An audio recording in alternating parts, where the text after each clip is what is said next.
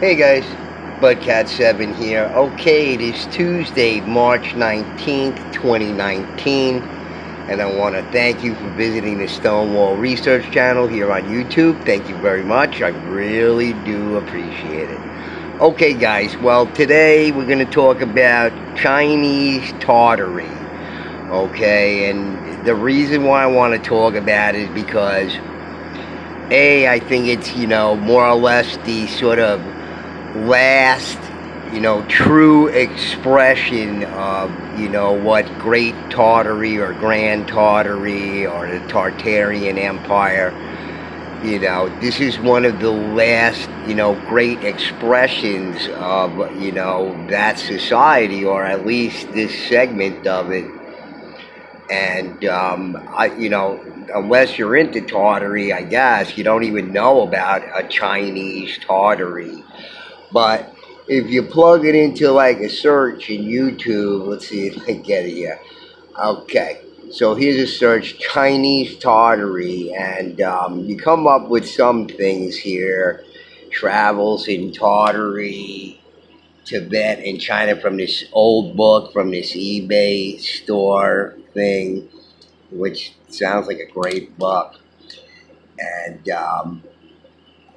some other stuff, but I like this one here. Tartary retartary. I thought that was pretty clever. I actually listened to the guy's video, and it's just seems like a very super smart guy that's locked up inside his own head. But if you go further down here, I see something very interesting. Where here's a fella, some guy from the hood, talking about Native Americans ain't American, last of the Tartarians, home of the Mongol. And, as much as that's cool thinking outside the box like that, I don't think that's really what it is, because it doesn't explain a lot of things, okay?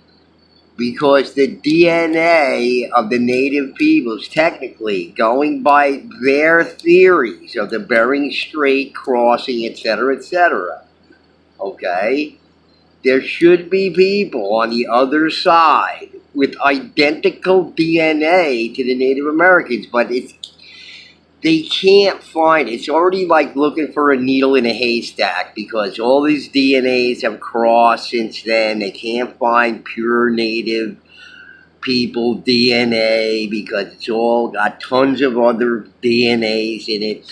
They're already looking for needles in haystacks. Now, this is like, needles within, smaller needles within, stacks of long needles, So it can't be, because the native peoples of the Americas are unique in other aspects of their DNA that does not match a combination of the DNAs of the peoples that they said crossed over the Bering Strait. Some Native Americans apparently, Native peoples do to the north, etc. Of course, the Inuit people are all around the Arctic Circle. That's where they lived in more recent times. So, look, they have other DNA in them, and they don't know where that comes from. And you already know about my video about the mystery DNA. Okay, mystery DNA. Okay, that came from Denisovans or whatever. So just keep that whole DNA stuff on the shelf, okay? Because they don't know a lot of stuff. And I've repeated this, they don't have a full accounting of the evidence to qualify these things as specific. Okay, it's maybe this and possibly that, which is all fine and well. But the problem is that people take that, well, because the guy with the, pocket protector and the penny loafers and this cardigan said it's, that's what it is, and you better listen up, Charlie, wrong.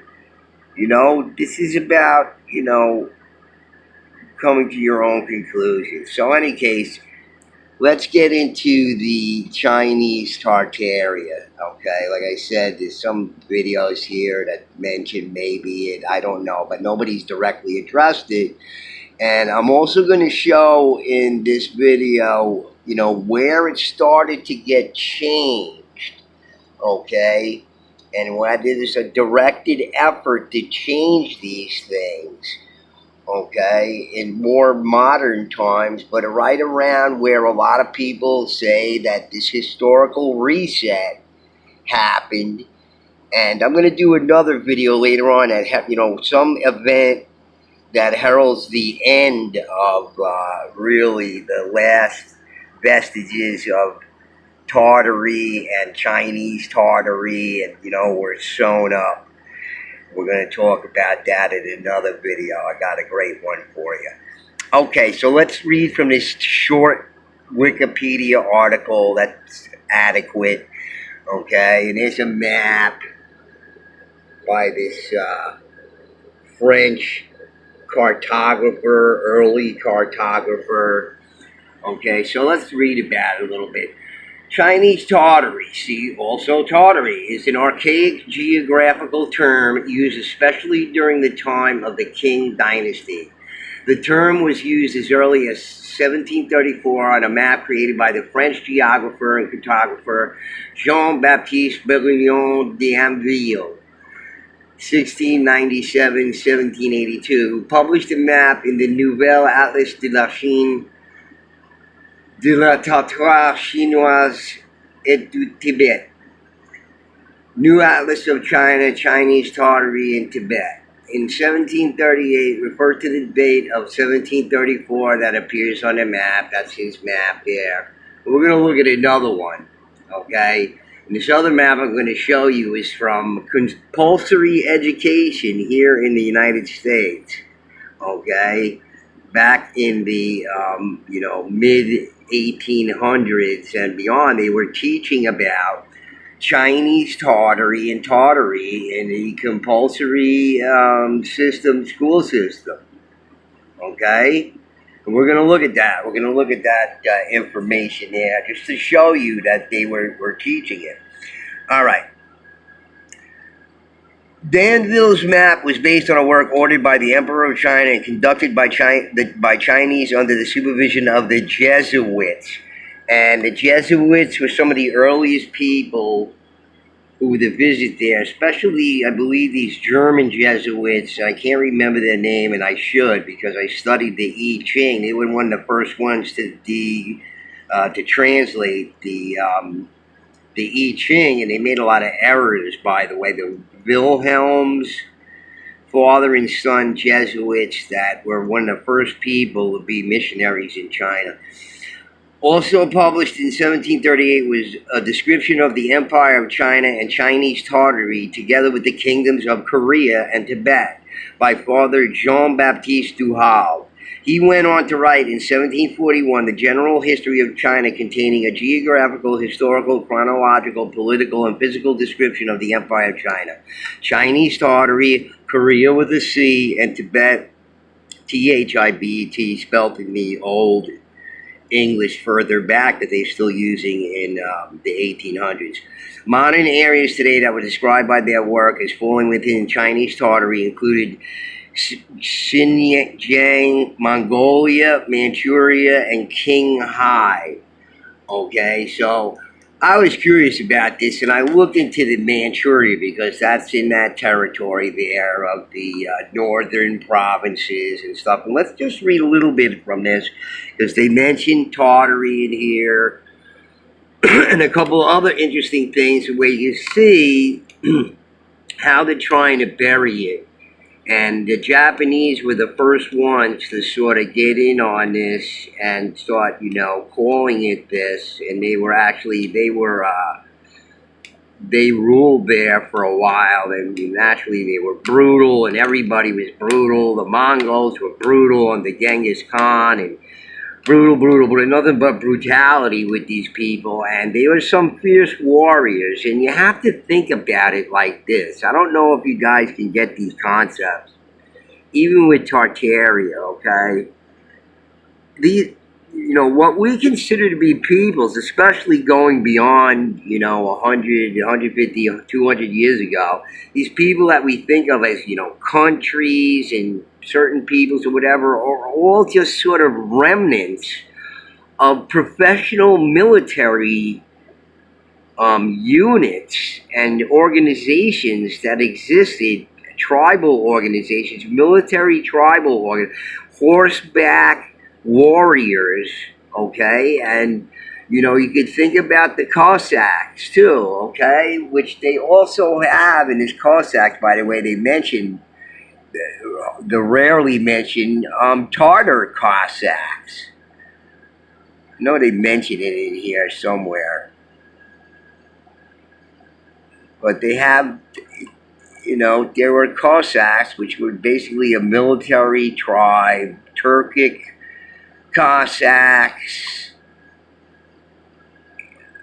and Tatar Cossacks, right there, okay? So Tartarian Cossacks, okay, and Gypsy Cossacks, okay, organized, and these guys are amazing. I don't know if you know anything about the Cossacks, but they just are amazing. They do demonstrations throughout all of these countries. Okay, they're still around. They still have this sort of tribal heritage and whatnot.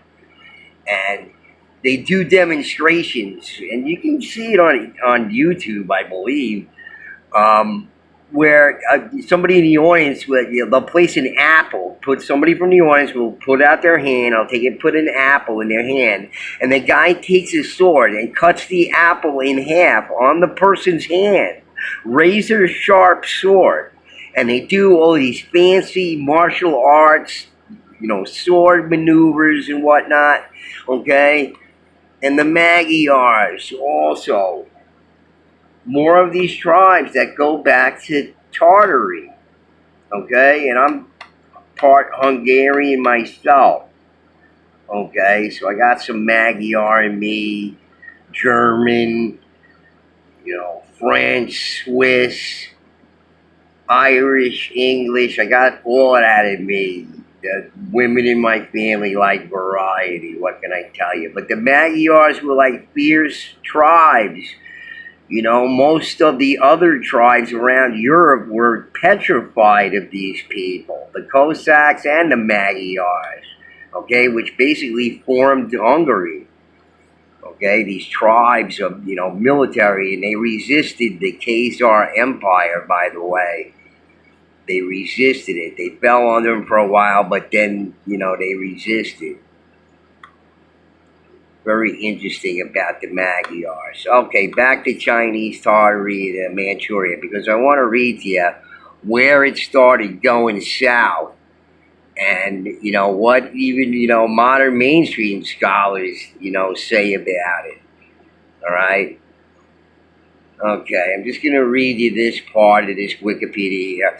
Manchuria is a translation of the Japanese word Manchu, which dates from the 19th century. The name Manchu, Manzhou, was invented and given to the Jurchen people. Okay, these are these people from this region. And we'll see, this is like a confederation of peoples that must have gone back to ancient times, because there's some archaeology done in these places, but not much. They know very little about these people still. By Hong Taiji in 1635 as a new name for their ethnic group. However, the name Manchuria was never used by the Manchus or the Qing dynasty itself to refer to their homeland. According to the Japanese scholar Junko Mayawako Okada, the Japanese geographer Takashi Kagayasu was the first to use the term Manchu as a place name in 1809 in the Nippon Henkei Ryakuzu. And it was from that work that Westerners adopted the name. According to Mark C. Elliott, Kasagawara Hashu's 1794 work, the Hakusu Bunryaku, was where Manchu first appeared as a place name, was in two maps, including the work Ashiya Sensu and Chigo Hankyu Sozu, which were also created by Katsuragawa. Manchu then began to appear as a place name in more maps created by Japanese like Kandi Juzo, Takahashi Kageyasu, Baba Sadayoshi, and Yamana Ren. And these maps were brought to Europe by the Dutch Philip von Siebold. According to Nakami Tatsu, Philip Franz von Siebold was the one who brought the uses of the term Manchuria to Europeans after borrowing it from the Japanese, who were the first to use it in a geographic manner in the 18th century. Okay? 18th century. Although neither the Manchu nor Chinese languages had a term in their own language equivalent to Manchuria as a geographic place name. The Manchu and Chinese languages had no such word as Manchuria, and the word has imperialistic connotations. According to Bill Sewell, it was Europeans who first started using the name Manchuria to refer to the location, and it is, quote, not a genuine geographic term, unquote. The historian Gavin McCorrick agreed with Robert H.G. Lee's statement, quote, the term Manchuria or Manchu is a modern creation used mainly by Westerners and Japanese, unquote. With McCormick writing that the term Manchuria is imperialistic in nature and has no quote-unquote precise meaning, since the Japanese deliberately promoted the use of quote-unquote Manchuria as a geographic name to promote its separation from China at the time they were setting up their puppet state of Manchukuo. The Japanese had their own motive for deliberately spreading the usage of the term Manchuria. Okay? The historian Norman Smith wrote that, quote, the term Manchuria is controversial, unquote. Professor Mariko Asano Tomoe said that she, quote, should use the term in quotation marks, unquote, when referring to Manchuria. In his 2012 dissertation on the Jurchen people to obtain a Doctor of Philosophy degree in history from the University of Washington, Professor Chad D. Garcia noted that the usage of the term, quote, unquote, Manchuria is out of favor in, quote, current scholarly practice, unquote, and that he had ceased using the term, instead using a, quote, the Northeast, quote unquote, or referring to specific geographical features. So they don't even want to use it. But it goes on to say here, in the 18th century Europe, the region later known as quote unquote Manchuria was most commonly referred to as quote Chinese in brackets Tartary. Okay? All right?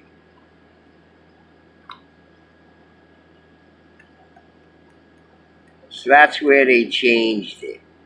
Very recently. Okay? And I want to go on to show you this test from, compulsory school, probably elementary school or maybe middle school. I don't know, but maybe a middle school.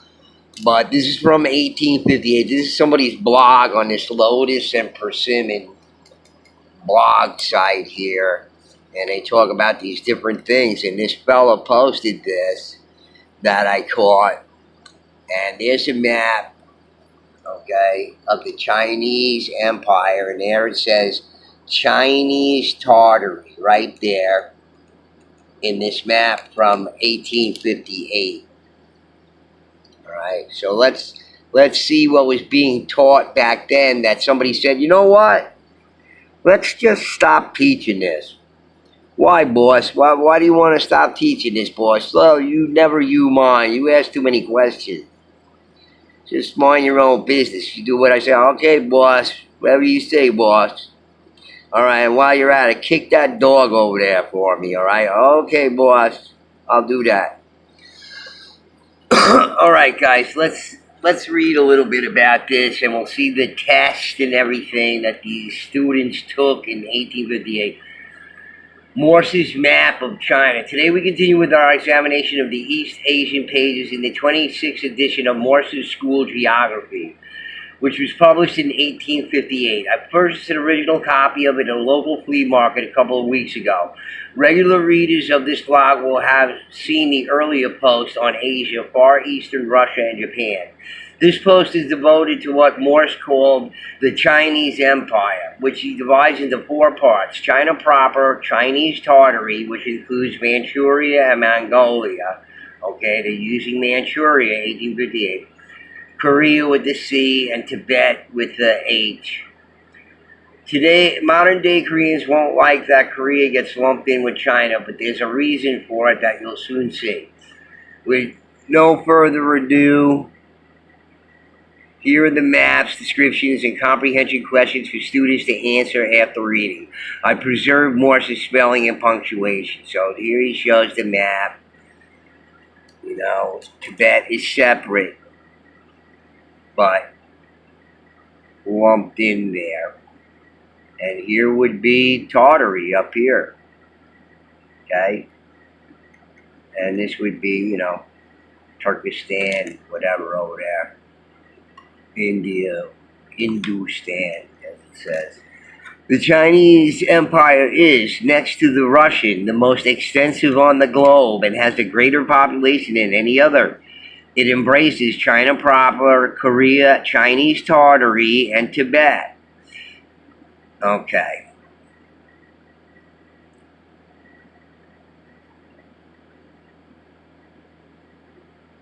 And I guess that's the prompts for the teacher to ask questions. Alright, so they're showing China proper.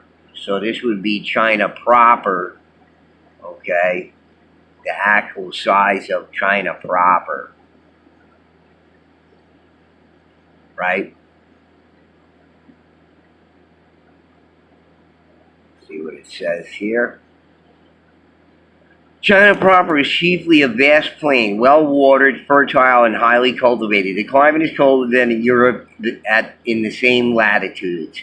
And think about that, too. The places can be hotter or colder in the same latitudes. Just got to be very leery of how they do weather predicting things and whatnot, or climate change, whatever. I don't care what it is. It seems like it can be played with.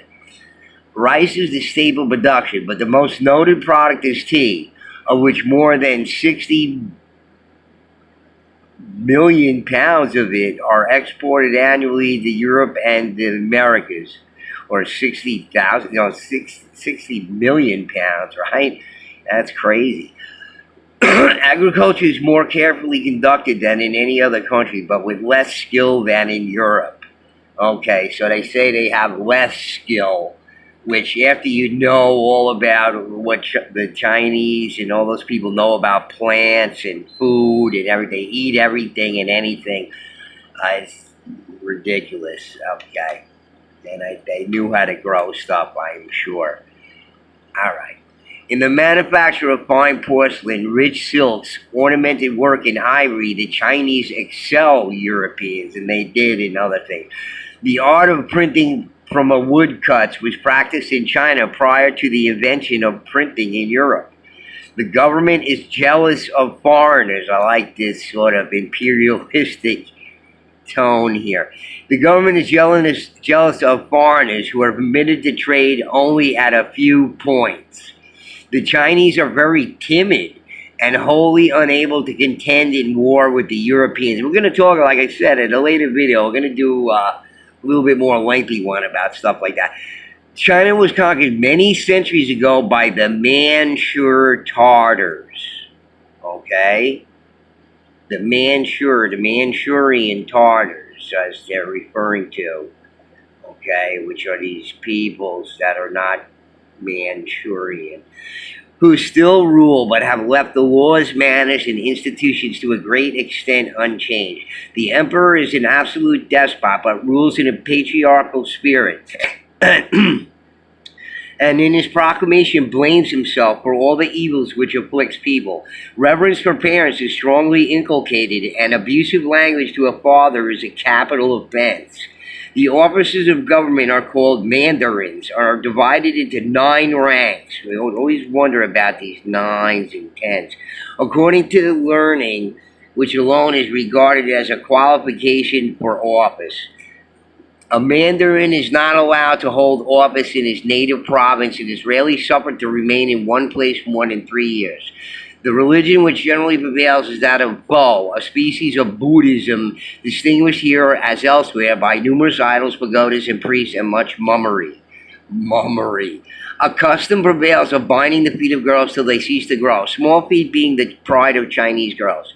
The Great Wall of China on its northern frontier is 1,500 miles long, 30 feet high, and is so broad at the top that 6 horsemen can ride abreast. It is carried over rivers and arches, over mountains and valleys, and has towers at every little interval, having been designed to protect China proper from the incursion of the Tartars. The Imperial Canal is 600 miles long, probably man-built canal, from the river of Peking to the Kanku just below Nankin. Korea is dependent on China, but almost nothing is known of the country or its inhabitants. Interesting. The government manifesting the same jealousy of foreigners as in China and Japan. Yes, horrible jealousy. Like, get the hell out of here. We don't need you. Okay. Peking, the capital of China, near the Great Wall, is one of the largest cities in the world. Nanking, near the mouth of the Kanku, is the first city in the manufacturers and noted for its porcelain tower, 9 stories high. Canton, near the mouth of the Kanku, is the first city in manufacturers and noted for its porcelain tower. Okay, I read that right. Near the mouth of a river in the southeast, was till lately the only port at which Europeans were allowed to trade at Canton. Macau is an island in the estuary of the same river occupied by the Portuguese. So I guess the Portuguese were there in 1858, I suppose. Okay, so Chinese Tartary. Chinese Tartary, and listen, this is like a confederation. And they're left over, I think, from a much more archaic, confederation of peoples, because look who's involved, okay? Chinese Tartary is divided into Manchuria, or the country of the Manchu Tartars, Mongolia, or the country of the Mongol Tartars, and Kashgar. Okay, Manchu Tartars are worshippers of the Grand Lama, but little known is about them or their country. The Mongols comprise the Kalmucks, Eloths, Siphons, etc., and are also worshippers of the Grand Lama. Kashgar is a flourishing Mohammedan kingdom on a wide, fertile, and very beautiful plain. Maymachin on the northern frontier is the only place at which the Russians are permitted to trade. Yarkand on the Yarkand River is the largest city in the kingdom of Kashgar and the chief emporium of Central Asia. Okay, so you had this confederation back then of these, Buddhist worshipping and, Mohammedan, Islamic peoples there, Turkic peoples, okay, all in this confederation. And you can see that in some of these, videos here about Chinese Tartary, where, you see these variety of peoples who are this confederation, right? Turkic peoples, all right? And, also, Asian peoples, all right, in this alliance, okay, that stretches back in time. And there is some, archaeological evidence from this region in Mongolia. This is Kultigin from 684 AD to 731 AD. And he was an important guy there. He was called the Kagan, okay? And so was the guy who is the leader of the Khazar Empire. It was called the Kagan, okay? Turkic peoples, that was the name of their king, okay? And here's the fella here. He's got some very interesting facial work there. Very interesting. And you see these ruins here are on his monument here. And this is like the little bit of archaeology that's even done there at all. Okay? This thing is covered with these ruins. Okay? Very interesting. It tells the story of Kol Tigin. And it's also the Orkhon inscriptions on these stones. They're showing a Kol Tigin there, but there's these other stones like this, for example. Okay? Actually, I have some pictures here. Right?